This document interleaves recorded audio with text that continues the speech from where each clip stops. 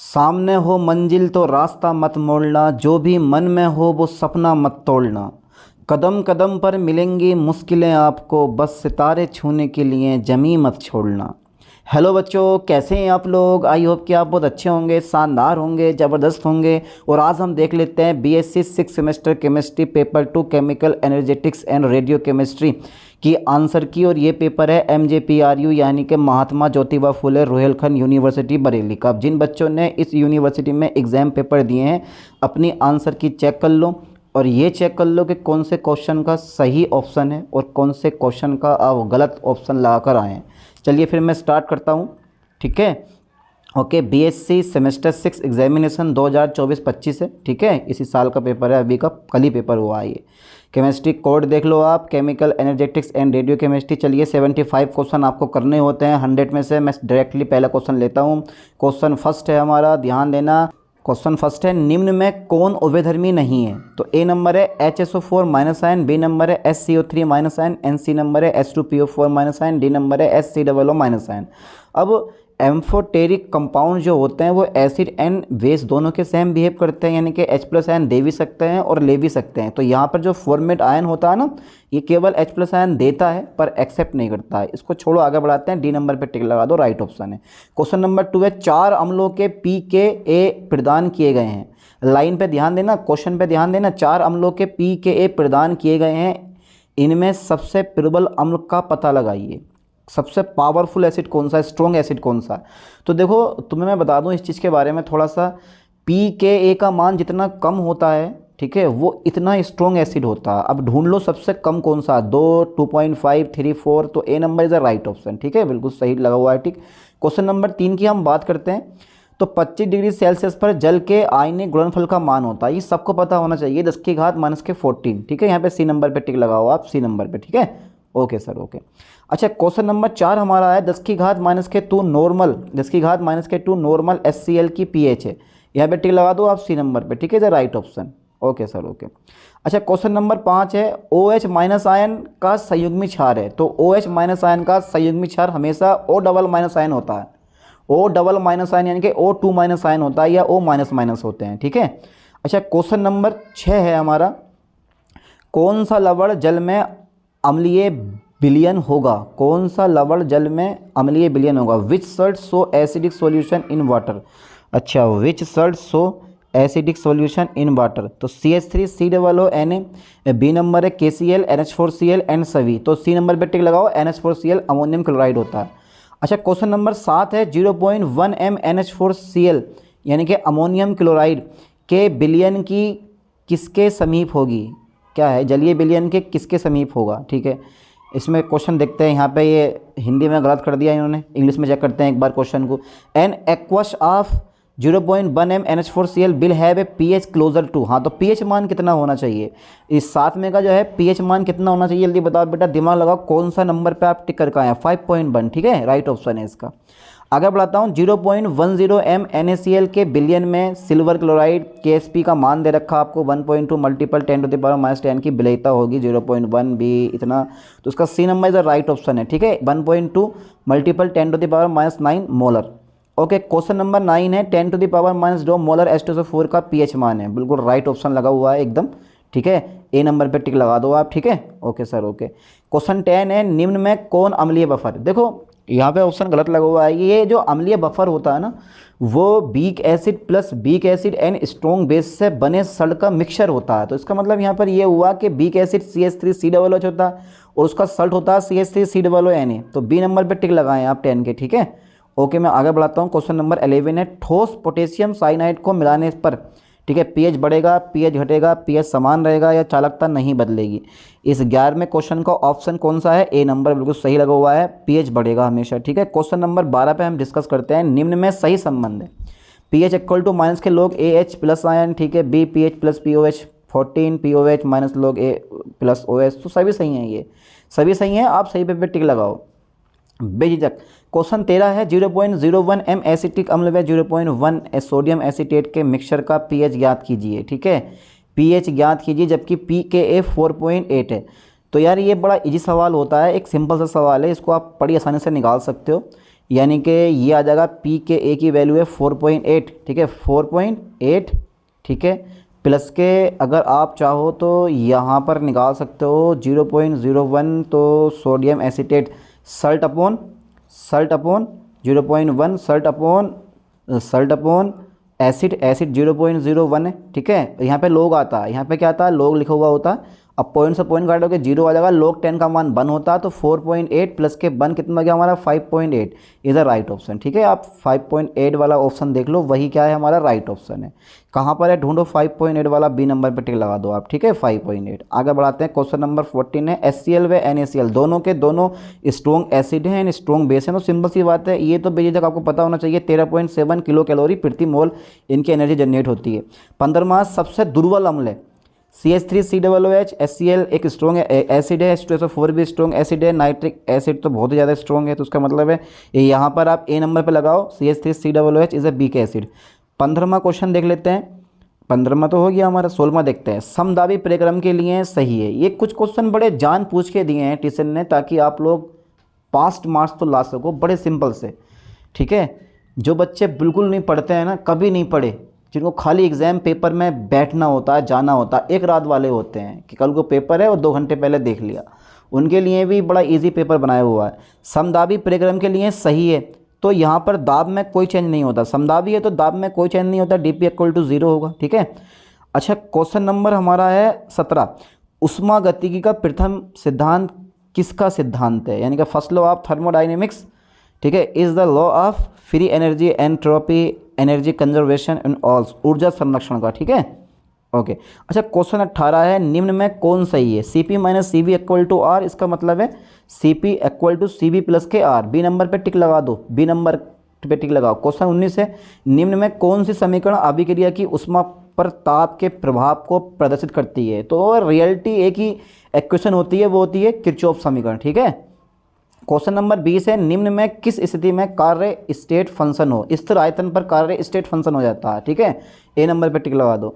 अच्छा, question number हमारा है 21, ए अल्फा कण को प्रदर्शित करते हैं 2He4 से, ये तो सबको पता होगा। देखो मैं बता रहा हूँ, कुछ क्वेश्चन तो यानी कि 75 में से आपको कितने क्वेश्चन करने, 75 क्वेश्चन आपको करने हैं, 65 मार्क 25 चाहिए होंगे आपको लगभग, ठीक है। तो सिंपल सी बात है, यहाँ पर 25 क्वेश्चन ऐसे हैं जिनको वो बच्चे भी कर सकते हैं जिन्होंने बहुत कम तैयारी की होगी। 2He4 ए नंबर 2He4 अल्फा कण को 2He4 से शो करते हैं। अच्छा, निम्न में से कौन सा अणुसंख्यक गुण है। मोलर चालकता, प्रकाशिक घूर्णन, श्यानता, परासरण दाब। तो यहाँ पे एक ही होता है, वो होता है हमारा परासरण दाब, ठीक है ओके। आगे बढ़ाते हैं। अच्छा, क्वेश्चन 23 है, किसका जलीय विलयन अधिकतम क्वथनांक प्रदर्शित करेगा। तो क्वथनांक अधिकतम प्रदर्शित वही करेगा जिसमें, क्योंकि क्वथनांक का उन्नयन हो गया, हिमांक का अवनमन हो गया, परासरण दाब हो गया, बास दाब का अवनमन हो गया, ये सब क्या होते हैं, अणुसंख्यक गुणधर्म होते हैं। और जो अणुसंख्यक गुणधर्म होते हैं वो कणों की संख्या या अणुओं की संख्या या आयनों की संख्या पर डिपेंड करते हैं। अब यहाँ पर देख लो किसमें आयनों की संख्या सबसे ज़्यादा है, जिसमें सबसे ज़्यादा होगी उसी का क्या होगा, क्वथनांक सबसे ज़्यादा होगा। तो यहाँ पर KNO3 की बात करूँ तो K पे प्लस, NO3 पे माइनस, ग्लूकोज का आयन होता नहीं है, यूरिया का आयन नहीं होता, तो Na2SO4 2 Na प्लस है और SO4 1 है, तो यहाँ पे 3 मिल जाते हैं हमें, ठीक है। तो D number right option. Question number 24 है, सबसे भारी कण होता है मेसोन, न्यूट्रॉन, प्रोटॉन, इलेक्ट्रॉन। तो यहाँ पर जो न्यूट्रॉन है वो सबसे भारी कण होता है, ठीक है ओके। आगे बढ़ाते हैं। क्वेश्चन नंबर 25 है हमारा, निम्न में कौन हवा से सबसे आसानी से रुक जाता है। तो निम्न में कौन हवा में सबसे आसानी से रुक जाता है, यानी कि of the flowing most the one most easily stopped bye ever is. तो कौन सा लगा कर आए हैं भाई आप। 1 नंबर पे अल्फा कण, बी नंबर पे गामा किरणें, सी नंबर पे बीटा किरणें, डी नंबर पे एक्स किरणें। तो अल्फा कण जो होते हैं ना, भारी पार्टिकल होते हैं जो हवा में आसानी से रुक जाते हैं, ए नंबर पे टिक लगा दो आप, ठीक है। यानी कि भारी पार्टिकल होते हैं, इनका जो भारीपन होता है वो प्रोटॉन और न्यूट्रॉन की वजह से होता है। 2 प्रोटॉन होते हैं, 2 न्यूट्रॉन होते हैं, भारी होते हैं और इनकी स्पीड भी कम हो जाती है, ठीक है। अच्छा, मैं आपसे एक क्वेश्चन पूछता हूँ, उसका आंसर मुझे बताना कि एक स्प्लेंडर बाइक है, ठीक है, यानी कि 2 स्प्लेंडर बाइक हैं, एक बाइक पे 3 व्यक्ति बैठे हैं और एक बाइक पर एक व्यक्ति बैठा है, ठीक है। समान दूरी तय करते हैं, समान ब्रेक लगाते हैं, तो कौन सी बाइक पहले रुकेगी। जल्दी कमेंट में इसका आंसर दें मुझे। चलिए देखते हैं भैया कौन बताएगा इसका राइट ऑप्शन। क्वेश्चन 26 है हमारा, ठीक है, इसका हो गया अल्फा कण, ठीक है। 25 में का ए नंबर लगाना, अल्फा कण 26 में आ गया हमारा। निम्न में किसकी गति सबसे अधिक होती है? तो भैया गामा किरणों की गति सबसे अधिक होती है, क्योंकि ये विद्युत चुंबकीय तरंगें होती हैं, प्रकाश की वेग से चलती हैं। ठीक है, तो सी नंबर पर टिक लगा दो आप भाई, झिझक लगाओ, है ना। 27 में क्वेश्चन आ गया, 13 एल्युमिनियम 27 एक स्थायी समस्थानिक है। हाँ है, तो 13 एल्युमिनियम 29 का संभावित विघटन होगा बेटा बीटा कण होता है। ठीक है, बीटा उत्सर्जन। 100 क्वेश्चन है, टाइम लगने वाला है, ध्यान देना। क्वेश्चन नंबर 28 है, ऊपरी वातावरण में 7 नाइट्रोजन 14 से 6 कार्बन 14 किसके प्रभाव से बनता है? कुछ क्वेश्चन तो बड़े हाई लेवल के दे रखे हैं इसमें, जैसे कि कंपटीशन एग्जाम के भी कुछ क्वेश्चन छाप रखे हैं। Positron, neutron, electron, proton. तो बेटा यहाँ पे बी नंबर टिक लगाओ। न्यूट्रॉन जो है प्रोटॉन में चेंज हो जाता है, तो न्यूट्रॉन जो है वो कार्बन में बदल जाता है, वो नाइट्रोजन कार्बन में चेंज हो जाता है। पढ़ना यहाँ से करके। क्वेश्चन नंबर 29 है हमारा, देख लेते हैं। निम्न नाभिकीय अभिक्रिया में उत्सर्जित अल्फा व बीटा कणों की संख्या होती है। 90 थोरियम 228, 80 बिस्मिथ 212। तो बेटा इसका राइट ऑप्शन कौन सा, जल्दी बताओ। 29 का राइट ऑप्शन कौन सा लगा आए हैं आप, सोच लो ज़रा एक बार। इसका ए नंबर है 4 1, यानी कि 4 अल्फा कण बाहर निकलेंगे और एक बीटा कण बाहर निकलेगा। Okay sir. अच्छा एक चीज़ और है, क्वेश्चन नंबर 30 हमारा आ जाता है कि एक रेडियो एक्टिव तत्व की प्रारंभिक मात्रा 40 ग्राम है, यदि उसकी अर्धायु 8 वर्ष है तो 24 वर्षों के बाद उसकी शेष मात्रा होगी। ठीक है, कितनी होगी? 30 में का कौन सा ऑप्शन सही है भैया? 30 में का जो राइट ऑप्शन है वो कौन सा है, जल्दी बताओ, सोच लो ज़रा एक बार। है भाई, 30 में का कौन सा ऑप्शन होना चाहिए? चलो निकाल के देखो एक बार यार, कितना आएगा इसका आंसर। ठीक है, मैं आगे बढ़ाता हूँ, बाद में देखेंगे इस क्वेश्चन को। 31 मार्च सोल्व करना पड़ेगा, सोल्व करके बताएंगे बाद में। यदि किसी रेडियो एक्टिव तत्व की मात्रा को दुगना कर दिया जाए तो उसके विघटन की दर प्रति समय होगी। तो विघटन की दर पे देखो, रेडियो एक्टिव पदार्थ की मात्रा दुगनी करो, तिगनी करो, चौगनी करो, विघटन की दर पे कोई इफेक्ट नहीं पड़ेगा। विघटन जिस दर से हो रहा होगा वो उसी दर से होता रहेगा, तो ये अप्रभावित, ए नंबर पे टिक लगाओ।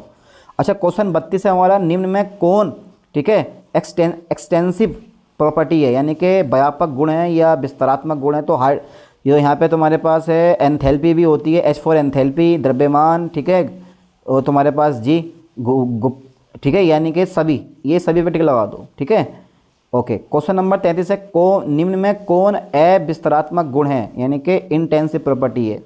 तो बेटे 33 में का कौन सा ऑप्शन लग रहा है आपको? D number is the right option.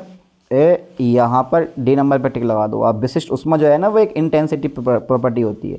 अच्छा क्वेश्चन नंबर मेरे पास आता है, 300 केल्विन पर 1 मोल आदर्श गैस को 1 लीटर से 10 लीटर विस्तारित किया जाता है तो आंतरिक ऊर्जा में परिवर्तन होगा। देखो आदर्श गैस का जब भी प्रसार होता है आंतरिक ऊर्जा में कोई परिवर्तन नहीं होता, ये ध्यान देना। इसका मतलब है इसका राइट ऑप्शन कितना है मेरे पास? 0। ये तुम इस लाइन पे तुम ध्यान दे लो, ये बहुत बेस्ट लाइन है आपके लिए। ठीक है, क्या बोला था मैंने, क्या बोला मैंने कि अगर गैस, आदर्श गैस का प्रसार होगा तो आंतरिक ऊर्जा में कोई परिवर्तन नहीं होगा, चाहे लीटर हो, 2 लीटर हो, 10 लीटर हो, कुछ भी देवे, पर तुम्हें इतना ध्यान देना आंतरिक ऊर्जा में कोई परिवर्तन नहीं होता। क्वेश्चन 10 हमारा हो गया। क्वेश्चन 34, क्वेश्चन नंबर 35 आ गया। 5 मोल O2 गैस को स्थिर आयतन पर 10 डिग्री सेल्सियस से 20 डिग्री सेल्सियस तक गर्म किया जाता है तो डेल्टा U पता कीजिए। Cp का मान दे रखा 7 कैलोरी पर मोल पर केल्विन। तो इसका right option A number, B number, C number, D number. तो बेटा 35 में का जो राइट ऑप्शन है वह है हमारा ए नंबर। ठीक है, 250 कैलोरी, हल करने पर 250 कैलोरी आएगा। अच्छा 36 में है, अंडे को उबालने पर एंट्रोपी जो है बढ़ती है, घटती है, समान रहती है, कोई नहीं। तो ये हमेशा क्या होती है? ए नंबर बढ़ती है, कभी घटती नहीं है। ठीक है, किसी अभिक्रिया के लिए डेल्टा H का मान इतना है, डेल्टा S का मान इतना है, तो भैया तो पता कीजिए, डेल्टा G का मान पता कीजिए। लो साहब, ये तो बड़ा सिंपल क्वेश्चन है। ठीक है, और टी का मान भी दे रखा है, टी का मान भी दे रखा है, तो भैया फॉर्मूला लगा दो उसमें डेल्टा G वाला, और डेल्टा G वाला फॉर्मूला लगा, डेल्टा G बराबर delta H plus T into delta S, ये वाला फॉर्मूला लगा का आंसर ला दो इसका। देखो कितना आंसर आ रहा है 37 में का, है भैया, अरे कितना आ रहा है 37 में का? इसका 37 में का ए नंबर आ जाएगा, 10.63 किलो जूल पर मोल। ठीक है, अच्छा मैं आगे बढ़ाता हूँ। ओके सर, ओके आगे बढ़ाओ। 38 में का नंबर है हमारा 0.1 m एसिटिक अम्ल की pH ज्ञात करें। के ए का मान दे रखा है हमें। ठीक है, तो 3, 5, 11, 1, तो 38 में का कौन सा ऑप्शन होगा? इसका ए नंबर है। ठीक है, इस पर टिक लगा दें 3 पर। ओके, अच्छा क्वेश्चन नंबर 39 है हमारा, निम्न में कौन एक क्षारकीय अम्ल है? भाई एक क्षारकीय अम्ल है, वो कौन सा है? ठीक है, अरे यार क्षारकीय अम्ल है, जल्दी बताओ, ये तो बड़ा दिमाग वाला क्वेश्चन है। क्षारकीय अम्ल है तो वो होता है हमेशा H3PO3। ठीक है, ओके सर, ओके, बताने का टाइम नहीं है क्यों है क्यों नहीं है, बस इतना ध्यान देना है। अच्छा क्वेश्चन नंबर 40 आ गया हमारा, 0.5 मोलर यूरिया विलयन किसके साथ संपरसारी होगा? जिसमें कणों की संख्या इसी के बराबर होगी, तो वो होगा हमारा सुक्रोज के साथ, ठीक है, शर्करा के साथ। ओके, बी नंबर पे टिक लगाएं। अच्छा, क्वेश्चन नंबर 41 है हमारा, 0.2 मोलर, ठीक है, HA अम्ल जलीय विलयन में 20% वियोजित होता है, जो विलयन का हिमांक होगा, तो विलयन का हिमांक होगा KF का मान रहेगा 1.86 डिग्री सेल्सियस पर मोलर। तो बेटा इसका राइट ऑप्शन होना चाहिए 41 में का राइट ऑप्शन होना चाहिए, कौन सा वाला होना चाहिए भाई, 41 में का राइट ऑप्शन, दिमाग लगाओ बेटे जल्दी, इसका ए नंबर आएगा, ठीक है, माइनस के 0.45 डिग्री सेल्सियस। Okay okay. अच्छा, क्वेश्चन 42 है, स्टैंडर्ड हाइड्रोजन इलेक्ट्रोड E0 होता है, तो यार जितना स्टैंडर्ड हाइड्रोजन सी मतलब मानक हाइड्रोजन इलेक्ट्रोड का इलेक्ट्रोड विभव हमेशा कितना होता है, 0 होता है। ए नंबर पे टिक लगा दो। क्वेश्चन नंबर 43 है, साम्य अवस्था पर डेल्टा G जो होता है वो 0 के बराबर होता है, बिल्कुल सही लगा हुआ है एकदम। चलिए आगे देखते हैं। 44वां क्वेश्चन है, निम्न में कौन कारक विलयन की चालकता को प्रभावित करता है। ये सभी करते हैं, इन्हें तनुता, विद्युत अपवर्तन की प्रकृति, ताप, इनमें से कोई क्वेश्चन दोबारा पढ़ते हैं। निम्न यानी कि the factor which is not effecting the conductivity of any solution is, निम्न में कौन सा कारक विलयन की चालकता को प्रभावित नहीं करता है। तो यार ये तो सभी करते हैं ना, तो डी नंबर पर टिक लगा दो आप, इनमें से कोई नहीं, ठीक है। ओके ओके ओके ओके, ठीक है, तो इसका राइट ऑप्शन 44 का डी नंबर है, ठीक है। आगे बढ़ाते हैं। मोलर चालकता की इकाई होती है ओम इनवर्स सेंटीमीटर स्क्वायर पर मोल, ओम प्रति सेंटीमीटर स्क्वायर, यानी कि ओम सेंटीमीटर -2 है, मोल इनवर्स है, ठीक है। तो यहाँ जो राइट ऑप्शन है ना वो है हमारा ये वाला, सी नंबर पे टिक लगा हुआ आप, ठीक है। ओम इनवर्स सेंटीमीटर स्क्वायर प्रति मोल या साइमन सेंटीमीटर स्क्वायर प्रति मोल, तो ओम इनवर्स को आप साइमन भी कहते हो, ठीक है। Okay sir. अच्छा, क्वेश्चन नंबर 46 है, यदि 1 मोलर एसिटिक अम्ल की तुल्यांक की चालकता 12.8 ओम इनवर्स सेंटीमीटर स्क्वायर हो, तो बेंजोएट आयन व H+ आयन की चालकताएं इतनी इतनी हो, तो इतना इतने में कितना कितना आंसर आएगा, जल्दी बताओ बेटा, दिमाग लगाओ। बिल्कुल सही लगा हुआ है इसका 46 में का बी नंबर, ठीक है, राइट ऑप्शन 3.9%। अच्छा, 47वां है, सेल जिंक Zn2+ ऑब्लिक यानी कि Cu2+, 2 सेल है इसमें, एनोड है, कैथोड है, 2 सेल दे रखे हैं, क्या ऋणात्मक इलेक्ट्रोड है, तो ऋणात्मक इलेक्ट्रोड जो होता है ना वो जिंक होता है इसमें, ठीक है। सी पे लगाओ टीका, Zn होगा। अच्छा, क्वेश्चन 48 है, डेनियल सेल Zn/ZnSO4, ठीक है, CuSO4, ठीक है, प्लस कॉपर में एनोड की अभिक्रिया होगी, तो ए नंबर पे बिल्कुल सही टिक लगा हुआ है, ठीक है। Copper 2+ plus 2 electron change to copper, ठीक है। ओके, 48 में का A number. Okay okay okay. अच्छा, मैं आगे बढ़ाता हूँ। क्वेश्चन नंबर 49 हमारा आ गया, यदि चालकता व विशिष्ट चालकता के मान 1 हों तो सेल स्थिरांक का मान भी कितना होगा, तुम्हारे पास एक ही होना चाहिए, 1/1 एक ही होना चाहिए, यानी कि फॉर्मूला कौन सा था, यानी कि इसका formula G star equal to G star, यानी कि नहीं सेल स्टार, हाँ, kappa equal to G star, ये फॉर्मूला आता है। तो अगर ये दोनों एक एक हैं, ठीक है, विशिष्ट चालकता और चालकता दोनों एक एक हैं, तो इसका मान भी एक ही तो होगा यार।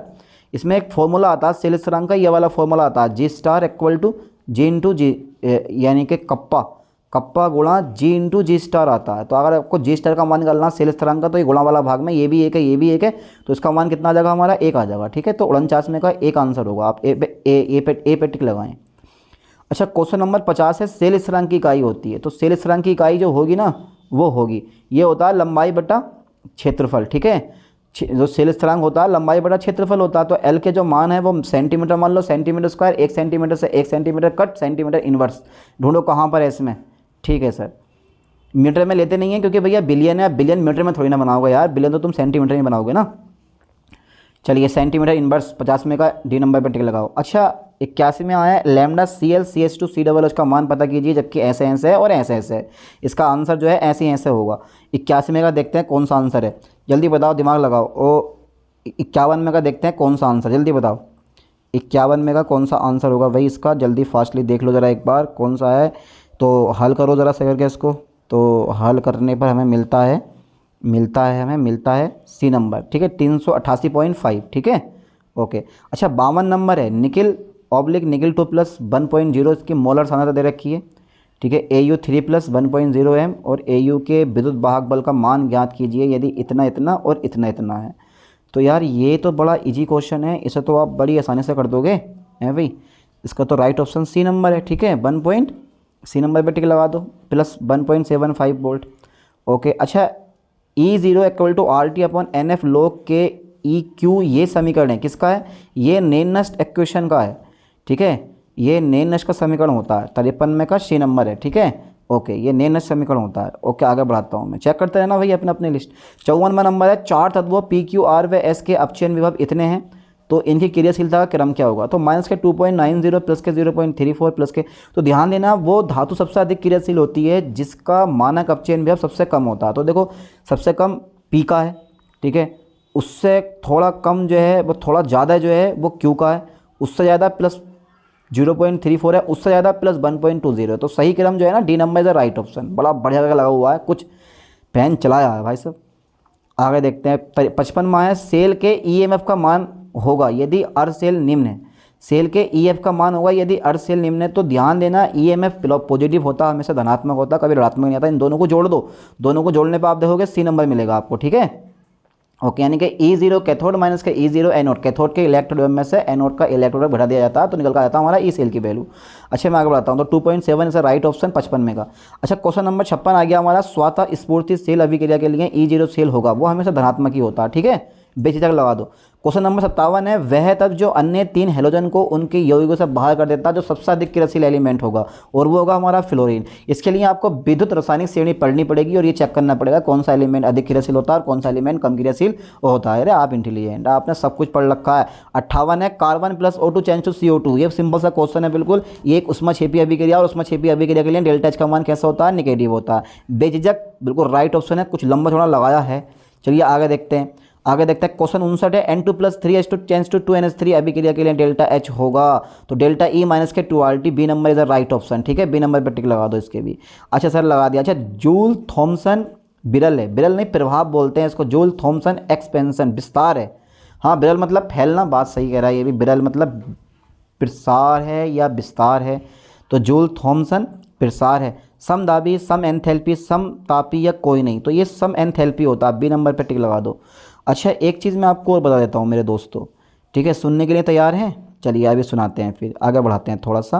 अच्छा, क्वेश्चन 61 है, अधिकतम एंट्रोपी किसकी है, ठोस की, द्रव की, गैस की, कोई नहीं। तो जो गैस होता है ना, इसकी एंट्रोपी सबसे अधिकतम होती है। क्वेश्चन नंबर 62 है, पूर्ण क्रिस्टलीय ठोस की परम शून्य ताप पर एंट्रोपी कितनी होती है, 0 होती है। बिल्कुल सही लगा हुआ है, ठीक, काफ़ी क्वेश्चन सही करे हैं यार। 63 में एक कार्बो इंजन में स्रोत व सिंक के तापमान क्रमशः 500 केल्विन में 300 केल्विन है, इंजन की दक्षता कितनी होगी। तो 0.6 निकाला है इन्होंने, चलो देखते हैं एक बार चेक करके। ये है ना फॉर्मूला, ये आता है 1 माइनस के T2 अपॉन T1, 1 माइनस के T2 अपॉन T1। तो यहाँ चेक कर लो, T2 का मान हमारा 300 है और T1 का मान 500 है। 2 0 से 2 0 कट गए, 5 से 3 में भाग करोगे 0.6 मिलेगा। तो 1 माइनस 0.6 करना पड़ेगा, और 1 में से जब 0.6 बढ़ाओगे तो 0.4 मिल जाएगा आपको। इसका मतलब है राइट ऑप्शन देखो 0.4 कहाँ पर है आपका। ये तो बहुत सिंपल से क्वेश्चन है, इनको ज़्यादा हल करने की जरूरत भी नहीं है आपको। बी नंबर पर टिक लगा दो आप, ठीक है। यहाँ पर B number the right option 0.4, थोड़ा सा इनको मिस्टेक कर दिए, एक में से नहीं घटाया। अच्छा, क्वेश्चन 64 है, 9.8 ग्राम सल्फ्यूरिक अम्ल 2 लीटर बिलियन में उपस्थित है, तो बिलियन की मोलरता कितनी होगी। यार ये सवाल मोलरता का आराम से एक साइड पे निकाल के हल कर लेते इस चीज़ को, ये तो बड़ा सिंपल सा सवाल है। 64वां है भाई, इससे इजी सवाल कोई सा नहीं मिलने वाला भाई। बी नंबर पर टिक लगा दो आप, ठीक है, इज राइट ऑप्शन 0.05 मोलरता। ओके। अच्छा, 65 में क्वेश्चन है, निम्न में कौन सा लवण जल अपघटित होता है। जो बीक एसिड, जो बीक होगा ना वही जल अपघटित होगा। तो यहाँ पर जो सल्ट है ना ये वाला, ये A number CH3COON is the right option, ठीक है। अच्छा, आर्सेनिक सल्फाइड विलयन का आवेश किसके अधिशोषण के कारण होता है, H2 माइनस आयन, ढूंढो कहाँ पर है, ये है नीचे वाला, डी नंबर पर टिक लगा दो, ठीक है। यार कितने शानदार क्वेश्चन पूछे। अच्छा ये बताओ, अधिशोषण बढ़ता है कब बढ़ता है, जब ताप घटता है। बिल्कुल सही लगा हुआ है बी नंबर पर। यार काफ़ी क्वेश्चन सही करके आए हैं ये। 68 में रासायनिक अधिशोषण में कितनी परतें अधिशोषित होती हैं, एक परत होती है, ठीक है। ओके सर, ओके, आगे बढ़ाता हूँ। क्वेश्चन 69 है, अधिशोषण होता है हमेशा उष्माक्षेपी। डी नंबर पे, ए नंबर पे टिक लगाओ, उष्माशोषी नहीं होता, अधिशोषण हमेशा उष्माक्षेपी होता। क्यों होता है, इसका भी रीज़न होता। 70वां नंबर है, फ्रेंडलिक अधिशोषण समतापी समीकरण है, तो ये हमेशा होती है x/m के p की पावर 1/n। ए नंबर पे टिक लगा दो, ठीक है। चलिए आगे क्वेश्चन देखते हैं। 71वां, एक कोलाइडी विलयन को शुद्ध किया जा सकता है, ठीक है, डाईलिसिस, स्कंदन, पेप्टिकरण, छनन। तो भैया यहाँ पे जो है ना डाईलिसिस जो होता है ना, ये अपोहन बोलते हैं। इसमें क्या होता है कि अशुद्ध कोलाइडी विलयन को जल से भरे पात्र में बांधकर लटका देते हैं, एक थैली में भरकर। तो कुछ समय बाद जो है ना, जितनी भी अशुद्धियाँ होती हैं सब थैली के बाहर आ जाती हैं और शेष जो शुद्ध सोल होता है वो अंदर बचता है। इस प्रक्रिया को ना आप अपवहन बोलते हो। राइट ऑप्शन डी नंबर पे टिक लगाओ आप, ठीक है। Okay sir. अच्छा, फेरिक हाइड्रोक्साइड सोल के लिए स्कंदन क्षमता का सही क्रम है। तो हार्डी सुलजे ने अपना एक नियम दिया था, बोले कि भाई जिसकी संयोजकता जितनी ज़्यादा होगी वो उतना ज़्यादा स्कंदन करेगा, उसकी स्कंदन करने की क्षमता भी उतना ज़्यादा होगी। मतलब जिस पे जितना ज़्यादा चार्ज होगा। तो FeOH का होल थ्राइज एक धनात्मक कोलाइडी विलयन होता है, ठीक है। और इसका जो स्कंदन करेगा वो ऋणात्मक आयन करेंगे। अब ऋणात्मक आयन ये चेक कर लो किस पे कितने, जिस पे जितने ज़्यादा ऋणावेश होगा वो उतना ज़्यादा स्कंदन करेगा। तो क्रम चेक करते हैं। NO2 माइनस, देखो ये माइनस है, एक पे डबल माइनस है, एक पे ट्रिपल माइनस है। तो ये तो पता नहीं कौन सा क्रम है। यहाँ पे C नंबर टिक लगा दो आप, PO, ठीक है। C number is the right option है। इसका जो C नंबर है वो राइट ऑप्शन है। देखो 3 माइनस आयन सबसे पहले करेगा स्कंदन, उसके बाद में 2 वाला करेगा, उसके बाद में 1 वाला करेगा, ठीक है। चलिए मैं आगे बढ़ाता हूँ। क्वेश्चन नंबर 72 का C नंबर है, चेक कर लेना आसानी से आप एक, ठीक है। चलिए आगे बढ़ाते हैं। अच्छा, क्वेश्चन नंबर 73 आ गया। निम्न में कौन कोलाइडी विलयन नहीं है? एक कोलाइडी विलयन, हवा कभी भी कोलाइडी विलयन नहीं होती। हवा, मैं हवा हूँ, है भाई, डवा हूँ, कभी भी ठहरती नहीं। तो हवा जो है ना, हवा, ये इसे राइट ऑप्शन है इसका, ठीक है। हवा कभी भी कोलाइडी विलयन नहीं होता। अच्छा, निम्न में कौन पाइसी कारक है? साबुन, जल, तेल या NaCl? पाइसी कारक तो साबुन है मेरे ख्याल से, इसका 74 का A नंबर ही है, ठीक है। हाँ, ठीक है। अच्छा, क्वेश्चन नंबर 75 आ गया। निम्न में कौन द्रव्य स्नेही कोलाइड है? जिलेटिन जो है ना द्रव्य स्नेही कोलाइड है, A नंबर पे टिक लगा दें इसके। 76वां, तेलों के हाइड्रोजनीकरण में प्रयुक्त उत्प्रेरक है। निखिल जो होता है ना वो तेलों के हाइड्रोजनीकरण में यूज़ होता है। कभी भी आप रिएक्शन देख लेना, आपने ग्लिसरॉल की रिएक्शन पढ़ी है, वहाँ बनाया आपने निकेल उत्प्रेरक यूज़ करा। भौतिक अधिशोषण की ऊर्जा की परास होती है, कम होती है बहुत, 20 से 40 किलो जूल होती है और 30 से 280 किलो जूल तक होती है रासायनिक अधिशोषण की। ये सब आपको पता होना चाहिए। तो यहाँ पे डी नंबर पे टिक लगा दो। भौतिक अधिशोषण की ऊर्जा की परास 20 से 40 किलो जूल पर मोल होती है। अच्छा, क्वेश्चन नंबर 78 है। लैंगम्यूर अधिशोषण समतापी समीकरण है। तो यार ये तो तुम्हारे याद ही है, ये तो मैंने थ्योरी में बहुत पढ़ाया इस चीज़ को, बताया भी था आगा पेपर में और आया भी था जिन बच्चों के इस बार थ्योरी वाइज एग्जाम थे। x/m equal to 1 plus x/m equal to 1 plus Vp/AP, ठीक है। Okay okay okay okay okay okay, इसका बी, अरे यार गलत हो गया, ये बी नंबर नहीं है, C number the right option है। x/m इक्वल टू, ठीक है, AP/1 प्लस Vp। चलिए आगे बढ़ाते हैं इस क्वेश्चन को हम, ठीक है। आगे बढ़ाते हैं भाई। 78 का हमारा क्वेश्चन नंबर C हो गया। अच्छा, 79 है, अधिशोषण के अनुप्रयोग हैं, ठीक है। सब के सब अधिशोषण का अनुप्रयोग होते हैं, डी नंबर लगा दो, उपरोक्त सभी। अच्छा, क्वेश्चन 80 है। निम्न में धनात्मक कोलाइड है? Gold, starch, arsenic sulphide, ferric hydroxide. तो मैंने ऊपर बता दिया था आपको कि जो फेरिक हाइड्रोक्साइड होता है वो एक पॉजिटिव कोलाइडियल सॉल्यूशन होता है। इसका मतलब है यहाँ पे डी नंबर राइट है। और देखो इसमें जो है A नंबर लगा हुआ। गोल्ड, गोल्ड क्यों नहीं है? इसका भी रीज़न है क्योंकि सोना विलयन नहीं है, सोना एक धातु होती है, ध्यान देना। सोना जो है, सोने में सोना प्लस कॉपर, वो भी यार एक विलयन बन जाता है, सिंपल सी बात है, ठीक है। पर वो वास्तविक विलयन होता है, वो कोलाइडी विलयन नहीं होता, ठीक है। ये लाइन पे ध्यान देना। तो फेरिक हाइड्रोक्साइड कोलाइडी विलयन है, वो भी कौन सा? धनात्मक वाला। हटाते हैं इसको। क्वेश्चन नंबर 81 है। निम्न में कौन सा फेरिक हाइड्रोक्साइड सोल का सबसे कम स्कंदित करेगा, जिसमें आयनों की संख्या सबसे कम होगी? यहाँ पे KBr is a right option, ठीक है। अच्छा, क्वेश्चन नंबर 82 है। ब्रेडिंग विधि किसको बनाने में प्रयुक्त होती है? मेटल सोल को, यूटेक्टिव मिश्रण को, यूरिया को, कोई नहीं। तो यहाँ पे A number is a right option है। ब्रेडिंग मेथड में पता है क्या होता है, ठीक है, 2 इलेक्ट्रोड लिए जाते हैं और चिंगारी उत्पन्न की जाती है। जितनी जो आर्क उत्पन्न होती है उस आर्क से जो होता है विलयन, जो आर्क उत्पन्न होती है उस आर्क से जिन धातु का हमें सोल बनाना होता है वो पिघल जाती है, उसके छोटे छोटे कण जो होते हैं वो विलयन में मिल जाते हैं। जैसे सिल्वर सोल, गोल्ड सोल, वो होती है ब्रेडिंग विधि, ठीक है। तो यहाँ पर मेटल सोल बनाने के लिए हम ब्रेडिंग मेथड का यूज़ करते हैं। अच्छा, क्वेश्चन 83 है। जादुई संख्याएँ होती हैं, ये तो सबको पता होनी चाहिए यार, फिजिक्स में 5th सेमेस्टर में बहुत पढ़ाया मैंने ये। 2, 8, 20, 28, 50, 82, 126, C नंबर पर टिक लगा दो, ठीक है। क्वेश्चन नंबर 84 है। निम्न समीकरण का एक प्रकार है? तो ये भैया अल्फा एंड न्यूट्रॉन, अल्फा भी है इसमें और न्यूट्रॉन भी, अल्फा कण भी है न्यूट्रॉन भी है, तो A नंबर। ये तो बड़े सिंपल से क्वेश्चन आए हुए हैं। 85 क्वेश्चन है। नाभिक के स्थायित्व कितनी संख्या पर निर्भर करता है? किसकी संख्या पर डिपेंड करता है? तो नाभिक का स्थायित्व जो होता है वो प्रोटॉन एंड न्यूट्रॉन की संख्या पर डिपेंड करता है, इलेक्ट्रॉन नाभिक में होते ही नहीं है, ठीक है। तो यहाँ पे D number is the right option. 86वां है। वितरण नियम किसने दिया था? हमेशा नेननश ने दिया था। वितरण नियम जो दिया था वो नेननश ने दिया था बेटे, ओसवाल्ड ने तनुता का नियम दिया था, ये ध्यान देना। चलिए मैं आगे बढ़ाता हूँ। क्वेश्चन 87 है। निम्न में सही है? सही है, A नंबर पर टिक लगाओ। Delta G equal to minus के NFE सेल, ठीक है, ठीक है। मैं आगे बढ़ाता हूँ। अच्छा, क्वेश्चन नंबर हमारा है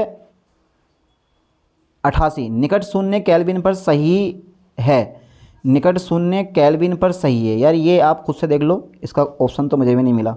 ठीक है। अच्छा क्वेश्चन नंबर 89 है, जब एक मोल ठोस को 300 केल्विन पर गलाया जाए तो एंट्रोपी परिवर्तन ज्ञात करें। गलन की गुप्त ऊष्मा 2.51 किलो जूल प्रति मोल है। ठीक है। तो यार इसका जो राइट ऑप्शन है वो है मेरे पास 8.37 जूल प्रति केल्विन प्रति मोल।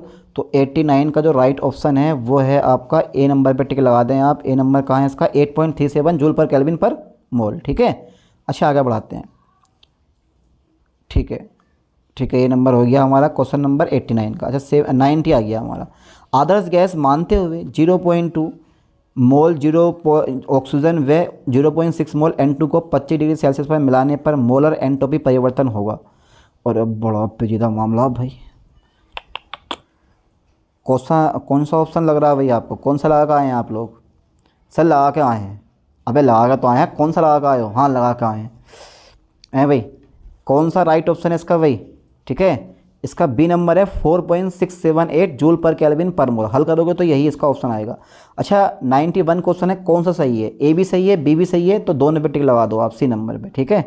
अच्छा क्वेश्चन नंबर 92 है, 0.1 m दुर्बल अम्ल HA अपने बिलियन में 50% विजित होता है, विजन नियतांक का मान होगा। 0.05 होना चाहिए। 92 का डी नंबर होना चाहिए, देखते हैं कितना आता है। ठीक है, 92 का D number is the right option. ठीक है, 0.05 आएगा। अच्छा 93 का क्वेश्चन का ऑप्शन होगा KBr के बिलियन में K प्लस का ट्रांसपोर्ट संख्या 0.8 है, तो Br माइनस आयन का ट्रांसपोर्ट संख्या कितनी होगी?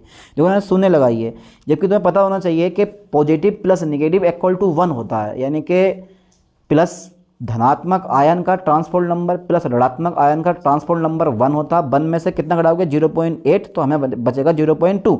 सी number is the right option. अच्छा क्वेश्चन नंबर हमारा 94 आ गया। आयनिक गतिशीलता है, ये हमें अनुपात होता है आयनिक गतिशीलता IM इक्वल टू आयनिक चालकता अपॉन 96,500। सी नंबर पर टिक लगा दो। ठीक है। अच्छा क्वेश्चन नंबर 55 है, सही संबंध है। यार सही संबंध है तो यार सांद्रता सी पर मोलर चालकता अपॉन अनंत अनुता पर मोलर चालकता। तो सांद्रता सी पर delta C upon delta B number पर टिक लगा दो। ठीक है। ओके 96 नंबर है बेटा, ये क्वेश्चन तुम्हारे दिमाग घुमा देगा। प्रबल अम्ल व दुर्बल क्षार के अनुमापन के लिए चालकता सी व क्षार के आयतन भी के लिए सही ग्राफ है। तो जब ये जो ए नंबर वाला ग्राफ है ना, ये strong acid and strong base के लिए होता है। जो बी नंबर वाला ग्राफ है ये strong acid and weak base के लिए होता है। जो सी नंबर वाला ग्राफ है ये weak acid and strong base के लिए होता है। तो यहाँ पर जो B number is the right option पर थोड़ा सा जो है हल्की सी मिस्टेक हुई है। यहाँ पर जो ग्राफ बनता है वो कुछ इस टाइप से बनता है। अगर आप ग्राफ खींचोगे, एक मिनट रुको, ठीक है, तो वो ग्राफ ऐसा आता है। ये लाइन तो बिल्कुल सही होती है लेकिन थोड़ा सा ग्राफ ऊपर को जाता है। ठीक है, लेकिन इसमें बी नंबर पे टिक लगा दो आप यार। चलो देख लेते हैं। अच्छा क्वेश्चन नंबर 97 है, 298 केल्विन पर निम्न अभिक्रिया के लिए साम्य स्थिरांक ज्ञात कीजिए। ठीक है, निम्न अभिक्रिया के लिए साम्य स्थिरांक Kc का मान फाइंड करना है आपको। तो D number is the right option. ठीक है, क्योंकि लोग में पहुंचेगा और लोग में जो है घात में आता है आंसर। ठीक है, तरल जंक्शन विभव को समाप्त करने में प्रयुक्त होता है। टार, लवण सेतु, कांच, यूरिया। कांच क्यों यूज़ होगा यार? लवण सेतु यूज़ होता है। ठीक है, लवण सेतु का भी बहुत बड़ा काम धाम है। बहुत सारे क्वेश्चन यार इसने उसके रखे हैं, आयनिक एक्विलिब्रियम के रखे हैं क्वेश्चन बहुत ज़्यादा। और यूनिट 3 इलेक्ट्रोकेमिस्ट्री के इनने बहुत सारे क्वेश्चन रख दिए हैं। शुरू में भी यही क्वेश्चन है और लास्ट में भी यही क्वेश्चन भरे हुए हैं। 10 की घात माइनस के 2 मोलर NOH की POH है, ये 2 आगा इसका राइट ऑप्शन। ठीक है, यहाँ पे A इक्वल टू 2 आगा इसका। ठीक है, ओके। अच्छा क्वेश्चन 100 है हमारा, क्वेश्चन नंबर 98 हो गया। ठीक है, हो गया। क्वेश्चन नंबर 100 है, CH3COONA का सही फॉर्मूला है, बिल्कुल राइट ऑप्शन लगा हुआ है ए नंबर। ठीक है, KH equal to KW/KA into KB। ठीक है, तो कुल कितने 100 क्वेश्चन मैंने करवा दिए हैं। 100 क्वेश्चन है, 1-2 क्वेश्चन का आंसर नहीं बता पाए। ठीक है, कोई दिक्कत नहीं है, तो इन्हें देख लो, अपनी आंसर की चेक कर लो। अब भैया जिन बच्चों को पेपर मिला है वो तो अपनी आंसर की चेक कर लेंगे, और जिनको पेपर नहीं मिल पाया है, ठीक है, वो यहीं से चेक कर लो, क्योंकि क्वेश्चन आपके दिमाग में फंसे होंगे, क्योंकि कल ही पेपर हुआ, आज भूलोगे नहीं इतनी जल्दी, या भूल गए। ठीक है, तो क्वेश्चन देख लो कौन सा लगा कर आए हैं, कौन सा नहीं लगा कर आए हैं। ठीक है, चलिए मिलते हैं नेक्स्ट वीडियो में नेक्स्ट लेक्चर के साथ। थैंक्स।